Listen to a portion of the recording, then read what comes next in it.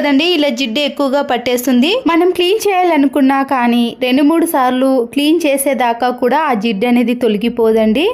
మన చేతులు కూడా నొప్పి పెడుతుంది కదా. ఇలా జిడ్డు ఎక్కువగా ఉన్నప్పుడు సింపుల్గా ఒకేసారి క్లీన్ చేసుకునే విధానాన్ని చూపిస్తున్నానండి.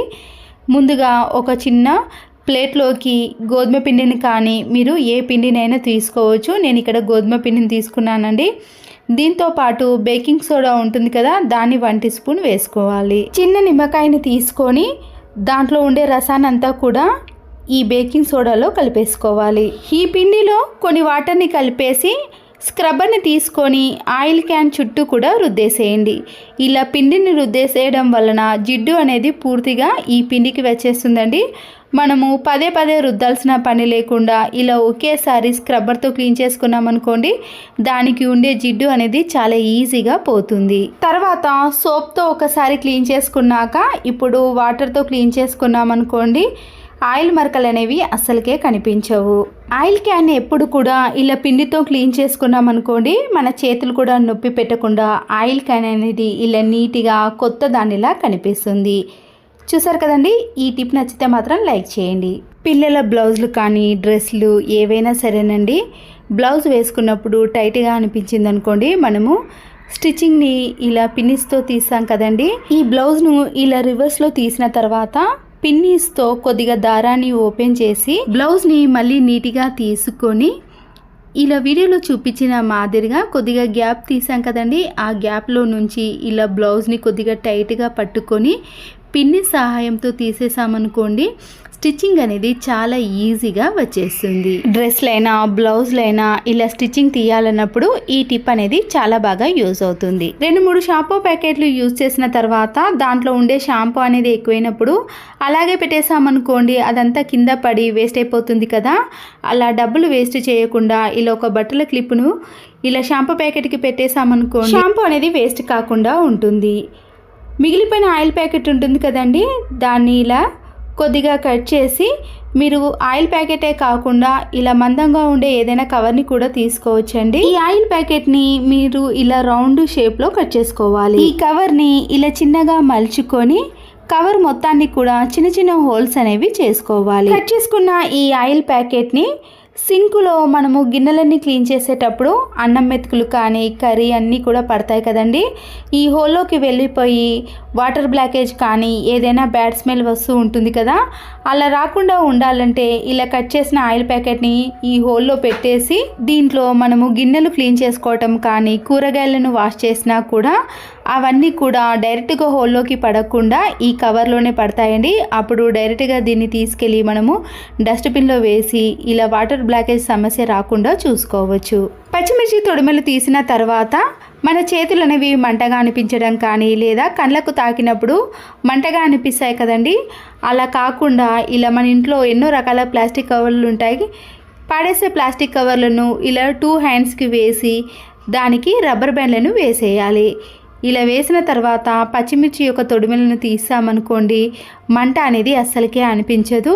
అంతేకాదండి, ఎండుమిర్చిని కూడా ఇలా తొడిమెలు తీసేటప్పుడు ఈ టిప్ అనేది యూజ్ అవుతుంది. చిన్న చిన్న బాక్సులు కానీ బిర్యానీ బాక్సులు ఉంటాయి కదండి, దాంట్లో నుంచి ఇలా ఒక బాక్స్ని తీసుకొని ముందుగా దీంట్లో టిష్యూ పేపర్ని కానీ ఏదైనా ప్లాస్టిక్ కవర్ని పరుచుకోవాలి. హెయిర్ ఆయిల్ పెట్టుకున్నప్పుడు దాని చుట్టూ కూడా ఆయిల్ అనేది కారి మనము కబోర్డ్లో కానీ సెల్ఫ్లో పెట్టినప్పుడు ఆయిల్ మరకలు అనేవి ఏర్పడతాయండి.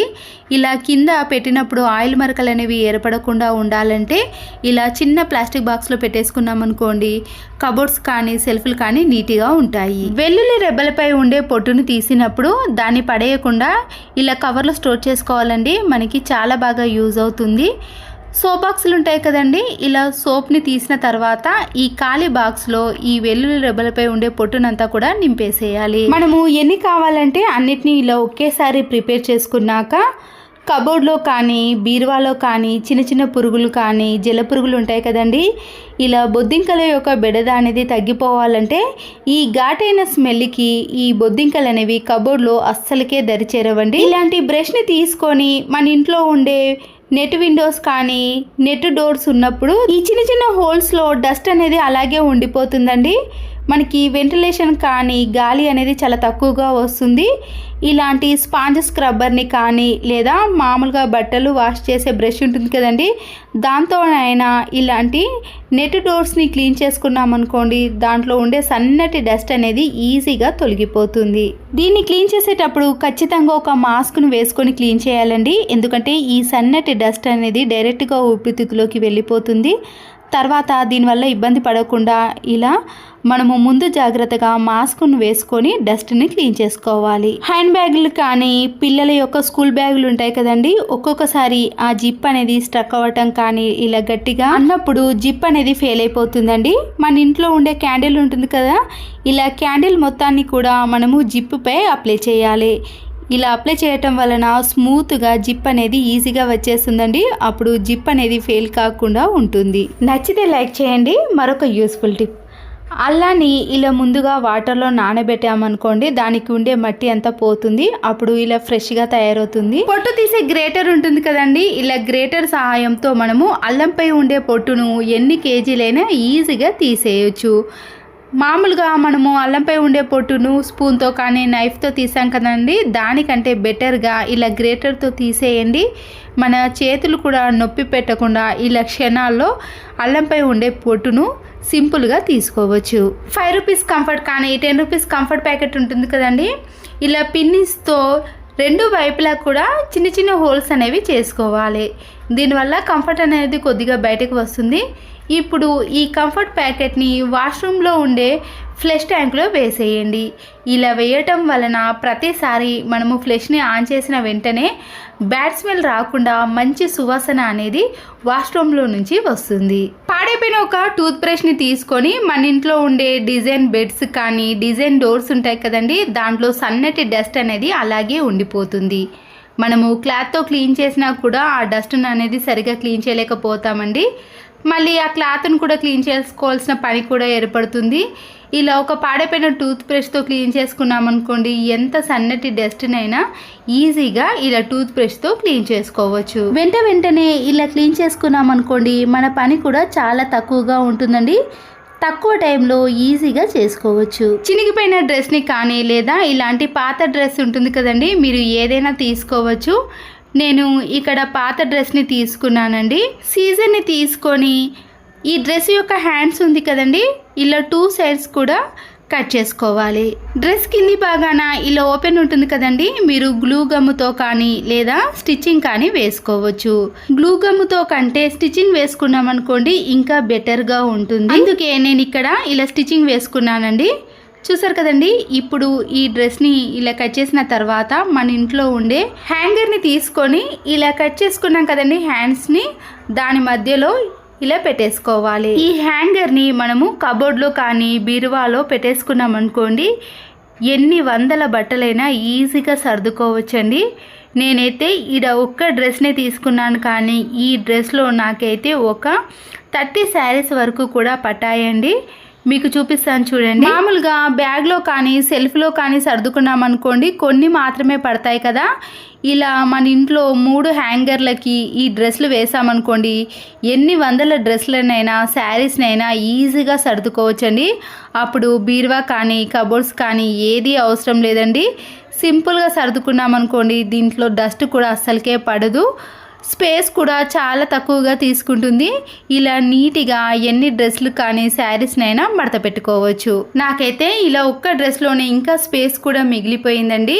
ఇందులో ఉండే ఆయిల్ క్యాన్ కానీ నెయ్యిని ఇలా ఆయిల్కి సంబంధించినవన్నిటిని డైరెక్ట్గా మనము కిచెన్ ఫ్లోర్ పైన పెట్టేసామనుకోండి, కిందికి కూడా జిడ్డు అనేది అంటేసి క్లీన్ చేసేటప్పుడు చాలా కష్టం అవుతుంది. ఇలా మన ఇంట్లో ఉండే స్వీట్ బాక్సులు కానీ కార్డ్బోర్డ్ బాక్సులు ఉంటాయి కదండి, మందంగా ఉండే వాటిని తీసుకొని ఈ బాక్స్లోనే మనము ఇలా ఆయిల్కి సంబంధించిన క్యాన్లు కానీ లేదా నెయ్యికి సంబంధించినవి ఏవైనా ఇలా బాక్స్లో పెట్టేసుకున్నాం అనుకోండి, జిడ్డు అనేది ఫ్లోర్కి అంటకుండా ఉంటుంది. క్లీన్ చేసుకోవడం కూడా చాలా ఈజీగా అయిపోతుంది. ఆయిల్ ప్యాకెట్లో నుంచి ఆయిల్ అంతా కూడా క్యాన్లో వేసుకున్నాక ఈ ఆయిల్ ప్యాకెట్ ఖాళీది ఉంటుంది కదండి, మనం అయిపోయిన తర్వాత వేస్ట్ అని పడేస్తాం. కానీ ఇలా సీజర్తో 3 సైడ్స్ కూడా కట్ చేసుకోవాలి.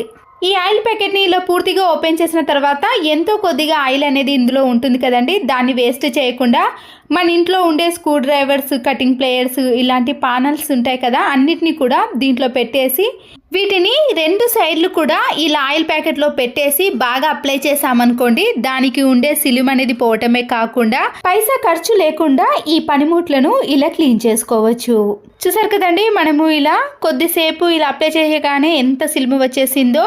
తర్వాత మనము ఈ ఆయిల్ ప్యాకెట్ని దీంట్లో ఉండే పనిముట్లను అన్నిటిని కూడా ఇలా రౌండ్గా చుట్టేసి ఒక 1 అవర్ పాటు అలాగే ఉంచేసామనుకోండి, తర్వాత ఈ ఆయిల్ ప్యాకెట్ని తీసి పడేయవచ్చు. అప్పుడు ఇవి ఇంకా బాగా క్లీన్ అవుతాయి. గోల్డ్ రింగ్స్ కానీ గోల్డ్ చైన్స్ ఏవైనా సరేనండి, ఇలా గోల్డ్ ఉన్న వాటిని మనము బయట పాలిష్ చేయకుండానే ఇంట్లోనే మంచిగా మెరుగు పెట్టుకోవచ్చు.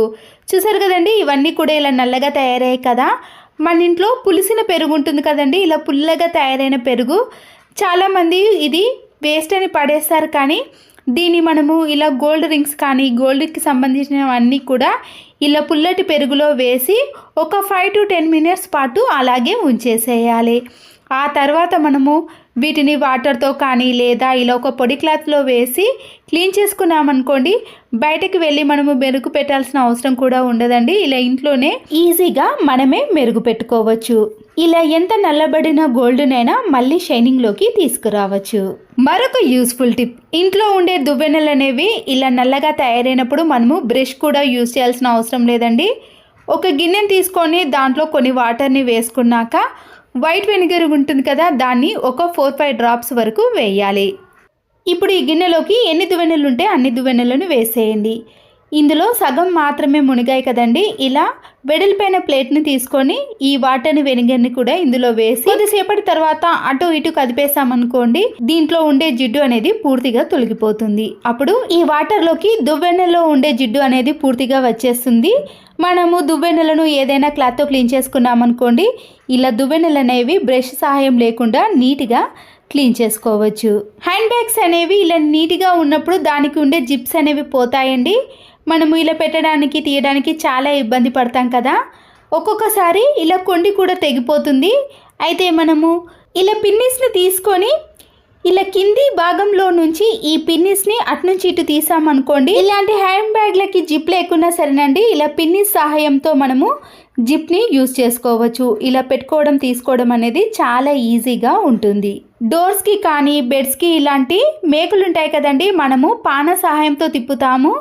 ఇలా స్క్రూని తిప్పడానికి ఒక్కొక్కసారి ఈ పాన అనేది లూజ్ అయిపోయినప్పుడు దీంట్లో 1 రూపీ క్యాన్ కానీ లేదా ఎక్కువగా లూజ్గా ఉంటే 5 రూపీస్ క్యాన్ని పెట్టేసి ఇలా దీని సహాయంతో తిప్పేసామనుకోండి, దానికి ఉండే స్క్రూ అనేది చాలా ఈజీగా తిరుగుతుంది. ఇలాంటి స్క్రూస్కి ఈ టిప్ చాలా బాగా యూజ్ అవుతుంది. బ్లాంకెట్ని మనము ఇలా నీట్గా మడత పెట్టుకున్న తర్వాత పిల్లలు తీసినా కానీ కింద పడ్డా కూడా ఆ మడత అనేది పోతుంది. ఇలా వీడియోలో చూపించిన మాదిరిగా పొడవులో ఇలా 2 sides కూడా మడత పెట్టుకోవాలండి. ఒక సైడ్ నుంచి ఇలా రౌండ్గా మడత పెట్టుకుంటూ వచ్చి మళ్ళీ మరొక సైడ్ కూడా మనము ఇలా ఒక మడతను పెట్టేసి దాంట్లో ఇలా రౌండ్గా మడత పెట్టిన మడతను అందులో పెట్టేసామనుకోండి, ఈ మడత అనేది ఎన్ని రోజులైనా అలాగే ఉంటుంది. కింద పడ్డా కానీ పిల్లలు తీసినా కానీ మడత అనేది పోకుండా ఇలా నీట్గా ఉంటుంది. అంతే కదండి, స్పేస్ కూడా చాలా తక్కువగా తీసుకుంటుంది. వ్యాజ్లైన్ని తీసుకొని ఇలా చేతికి కొద్దిగా హ్యాండ్ పైన వ్యాజ్లైన్ని అప్లై చేసి మనము అప్పుడు పర్ఫ్యూమ్ని వేసామనుకోండి, స్మెల్ అనేది చాలా ఎక్కువగా వస్తుంది. అంతేకాకుండా చాలాసేపు కూడా ఉంటుంది. ఇలా మనము హ్యాండ్స్కి కొట్టుకున్నప్పుడు డైరెక్ట్గా కాకుండా ఇలా వ్యాజ్లైన్ పైన అప్లై చేసామనుకోండి, ర్యాషెస్ కానీ అలాంటివి అస్సలకే రావు. చెమట ఎక్కువగా ఉన్న ప్లేస్లో వ్యాజ్లైన్ అప్లై చేసి ఈ పర్ఫ్యూమ్ని వేసామనుకోండి, చెమట అస్సలకే పట్టదు, స్మెల్ కూడా చాలాసేపు వరకు వస్తుంది. చేతికి ఇలా బ్రాస్లెట్ పెట్టుకునేటప్పుడు కొండికి తగిలించేసామనుకోండి, ఒక్కొక్కసారి ఇలా జారిపోతూ ఉంటుంది. మనము ఎంత ట్రై చేసినా కూడా అలా కొండిని పెట్టుకోలేకపోతాం కదా. ఇలా ఈజీగా ఎవరి సహాయం లేకుండా పెట్టుకోవాలంటే ముందుగా మనము ఈ బ్రాస్లెట్ని ఇలా హ్యాండ్కి వేసి ఒక ప్లాస్టర్ని అతికించేసామనుకోండి, బ్రాస్లెట్ అనేది జారకుండా ఉంటుంది. అప్పుడు ఎవరి సహాయం లేకుండానే ఈజీగా పెట్టేసుకోవచ్చు. షర్ట్స్ యొక్క బటన్స్ పెట్టాలంటే ఒక్కొక్కసారి మన చేతి కూడా నొప్పి పెడుతుంది కదండి. ఇలా మనము ఒక పిన్ని సహాయంతో ఇలా వీడియోలో చూపించిన మాదిరిగా మనము ఈ బటన్స్ని ఎన్నైనా ఈజీగా సెకండ్లలోపే పెట్టేసేయవచ్చు. ఈ టిప్ ఇలా పిల్లలకి చూపించినా కానీ లేదా మనం కూడా చాలా ఈజీ ట్రిక్లో షర్ట్స్కి ఉన్న బటన్ని పెట్టేయచ్చు. కబోర్డ్స్ మధ్యలో కానీ ఇలాంటి బీరువా మధ్యలో చిన్న చిన్న స్పేస్ ఉంటుంది కదండి, మనము చీపురు కట్టతో క్లీన్ చేయలేనప్పుడు ఇలా పాడైపోయిన ఒక టూత్ బ్రష్ని పెట్టి ఇలాంటి చిన్న చిన్న ప్లేస్లో మనము ఈజీగా క్లీన్ చేసుకోవచ్చు. దాంట్లో ఉండే డస్ట్ని తీసేయడమే కాకుండా అక్కడ ఉండే జల పురుగులు కానీ ఎలాంటి పురుగులైనా ఇలా బ్రష్ సహాయంతో క్లీన్ చేసుకున్నారు అనుకోండి, కబోర్డ్స్ కానీ ఇలాంటి చిన్న చిన్న స్పేస్ అనేవి చాలా నీట్గా ఉంటాయి. మనము కర్టెన్స్ని ఇలా డైరెక్ట్గా వాషింగ్ మిషన్లో వేసామనుకోండి, దానికి ఉండే ఈ ప్లాస్టిక్ రింగ్స్ అనేవి విరిగిపోతాయి. అలాంటప్పుడు ఇలా ఒక చిన్న సాక్స్ని తీసుకొని ఒక కర్టెన్కి ఒక్క సాక్స్ని మాత్రమే యూజ్ చేయాలి. ఇలా రింగ్స్ ఉన్న పై భాగాన్ని మనము సాక్స్ లోపట పెట్టేసుకొని అప్పుడు వాషింగ్ మిషన్లో వేసామనుకోండి, ఇవి విరిగిపోకుండా మన డబ్బులు అనేవి వేస్ట్ కాకుండా ఉంటాయి. ఇలా ఒక విండో కర్టెన్కి మనము 2 సాక్స్లను వేసి వాషింగ్ మిషన్లో వేసామనుకోండి, అవి నీట్గా ఉంటాయి. సోప్ అయిపోయిన వెంటనే ఇలా ఏదైనా ఒక సోప్ని తీసుకునేటప్పుడు మనము కవర్ని ఓపెన్ చేసి తీసుకుంటాం కదండి, ఆ కవర్ని బయట పడేయకుండా మన కబోర్డ్లో కానీ బీరువాలో ఏదైనా బ్యాడ్ స్మెల్ వచ్చినప్పుడు ఇలా సోప్ బాక్స్ని పెట్టేసామనుకోండి, మంచి సువాసన అనేది వస్తుంది. ఇలాంటి సోప్ కవర్స్ని బయట పడేసే బదులు ఒక 15 డేస్ వరకు కూడా కబోర్డ్ నుంచి మంచి సువాసన అనేది వస్తుంది. ఇలా అరిగిపోయిన చీపురు కట్టను మనము ఎంత ఊడ్చినా కూడా ఇల్లు అనేది నీట్గా కాదు కదండి. అలాంటప్పుడు ఎక్కడి వరకైతే అరిగిపోయిందో అక్కడి వరకు ఇలా సీజర్తో కట్ చేసుకోండి. ఇప్పుడు ఇలా కట్ చేసుకోవడం వలన మనకి సమానంగా ఈ చీపురు కట్ట అనేది ఇలా ఉంటుంది. ఇలా కట్ చేసుకున్న చీపురు కట్టను మనము ఎన్నో రకాలుగా యూజ్ చేసుకోవచ్చండి. ఇప్పుడు ఈ చీపురు కట్టతో ఇలా ఊడ్చినా కూడా దుమ్ము అనేది పూర్తిగా తొలగిపోతుంది.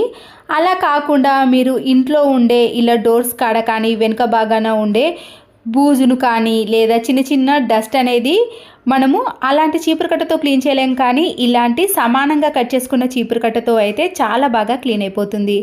చూసారు కదండి, ఇక్కడ అంతా కూడా ఇలా బూజు పట్టి అక్కడ పురుగులు కూడా ఉన్నాయండి. ఇలా మనము సమానంగా కట్ చేసిన చీపురు కట్టతో ఇలాంటి చిన్న చిన్న ప్లేస్లో కానీ బీరువా కాడ అలాంటి ప్లేస్లో క్లీన్ చేయని వాటి దగ్గర కూడా ఈ చీపురు కట్టతో ఈజీగా క్లీన్ చేసుకోవచ్చు. చిన్న కూల్ డ్రింక్ బాటిల్ ఉంటుంది కదండి, దాన్ని మనము ఇలా కొద్దిగా వేడి చేసి చిన్న చిన్న హోల్స్ అనేవి క్యాప్కి చేసుకోవాలి.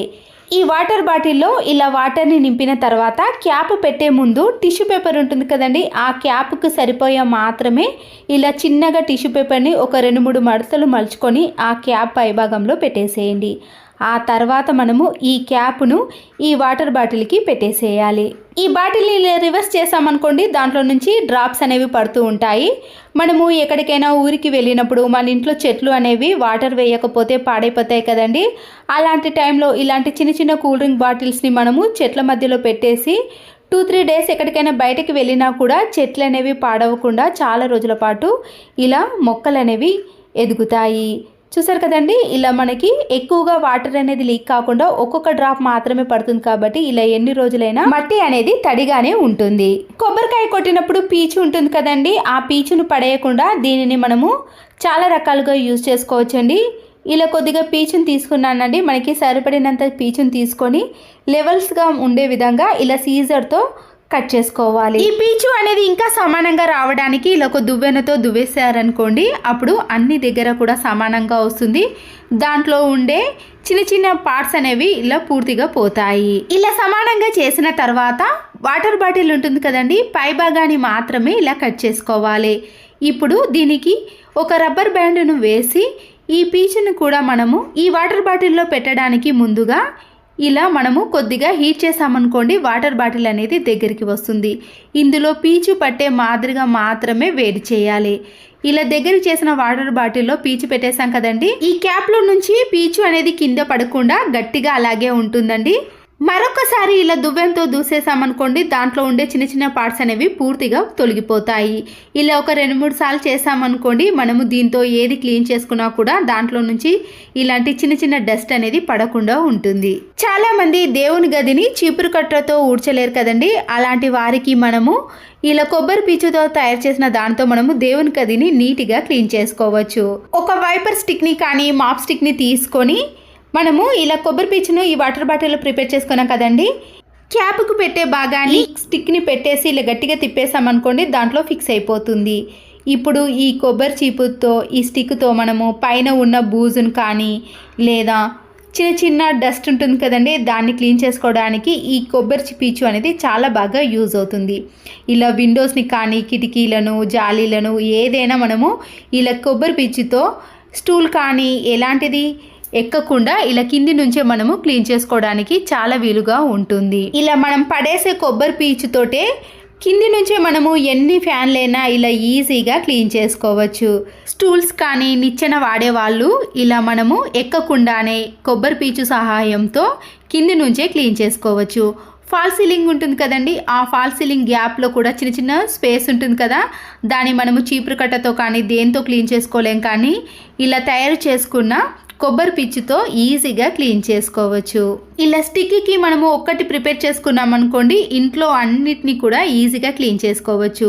ఫ్లోర్ని ప్రతిరోజు చీపురు కట్టతో క్లీన్ చేస్తాం, కానీ ఇలా టైల్స్ పైన ఉన్న చిన్న చిన్న డస్ట్ను కూడా మనము కొబ్బరి పీచు సహాయంతో క్లీన్ చేసుకోవచ్చు. సైడ్ బ్యాంగిల్స్ ఉంటాయి కదండి, ఇలా గట్టిగా ఉన్న బ్యాంగిల్స్ని తీసుకొని ఒక మేకుకు వేసుకోండి. మన ఇంట్లో ఉండే కూలింగ్ గ్లాసెస్ కానీ మనము ప్రతిరోజు వాడే స్పెట్స్ ఉంటాయి కదండి, వాటన్నిటిని కూడా ఇలా గాజుకు వేసామనుకోండి, అవి కింద పడకుండా ఏ టైంలో కావాలన్నా కూడా మనము ఈజీగా తీసుకోవడానికి వీలవుతుంది. వాషింగ్ మిషన్లో వేసే లిక్విడ్ కవర్ ఉంటుంది కదండి, అయిపోయిన తర్వాత ఇది దేనికి పనికిరాదని పడేసాం, కానీ ఇలా వీడియోలో చూపించిన మాదిరిగా సీజర్తో పైన ఉన్న క్యాప్ వరకు మాత్రం కట్ చేసుకోండి. ఇలా పట్టుకునే హ్యాండిల్ ఉంది కానీ దాన్ని కూడా కట్ చేసుకున్నా పర్వాలేదు, లేదా మనము ఏదైనా మేకుకు వేసుకునే విధంగా ఉంటుంది కాబట్టి దాన్ని అలాగే ఉంచేసినా పర్వాలేదు. సీజర్తో ఇప్పుడు ఈ కవర్కి 2 చిన్న హోల్స్ అనేవి చేసుకోవాలి. గట్టిగా ఉన్న ఒక తాడును తీసుకొని ఈ హోల్స్లో నుంచి ఇలా ముడి వేసుకున్నాం అనుకోండి, మనకి ఏదైనా మేకుకు వేసుకోవడానికి ఇలా హ్యాండిల్గా మనము యూజ్ చేసుకోవచ్చు.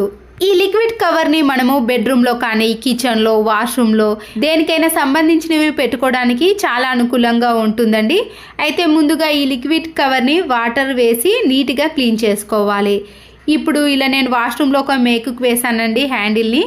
మనము ఇలా తాడుతో కట్టుకున్నాం కదండి, ఇలా స్ట్రైట్గా కట్టుకున్న దాన్ని ఇలా మేకు కానీ ట్యాప్కి వేసుకున్నాం అనుకోండి, దీంట్లో ఏది పెట్టినా కూడా అవి కింద పడకుండా దాంట్లోనే ఈజీగా ఎన్నైనా పెట్టుకోవచ్చు. ఈ వాషింగ్ మిషన్ లిక్విడ్ కవర్స్ అనేవి చాలా మందంగా ఉంటాయండి, మనము ఎంత బరువు పెట్టినా కూడా అవి కవర్ అనేది తెగిపోకుండా ఎన్నైనా ఈజీగా ఇలా పెట్టుకోవచ్చు.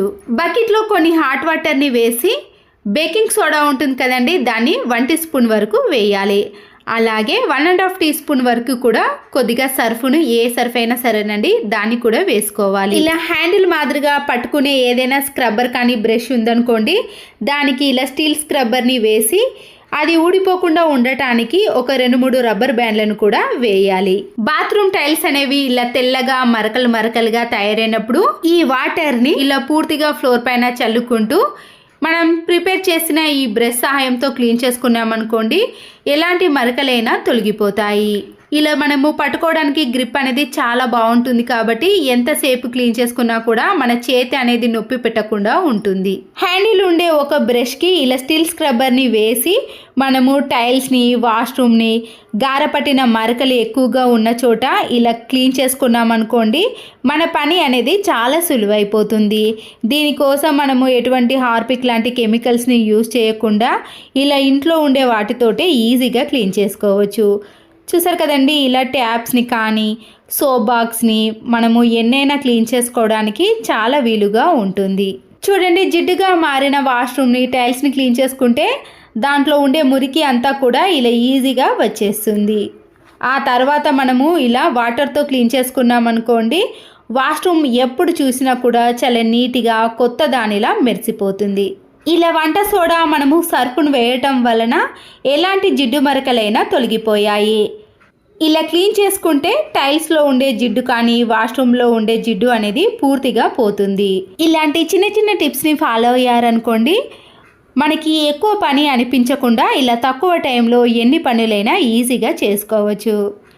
ఇలా ట్యాప్స్ కూడా చాలా నీట్గా మళ్ళీ ఎప్పటి మాదిరిగా కనబడతాయి. చూసారు కదండి, టైల్స్ కానీ వాష్రూమ్ అనేది ఎప్పుడు నీట్గా క్లీన్గా కనపడాలంటే ఇలా నేను చూపించిన పద్ధతిలో ఒక్కసారి ట్రై చేయండి.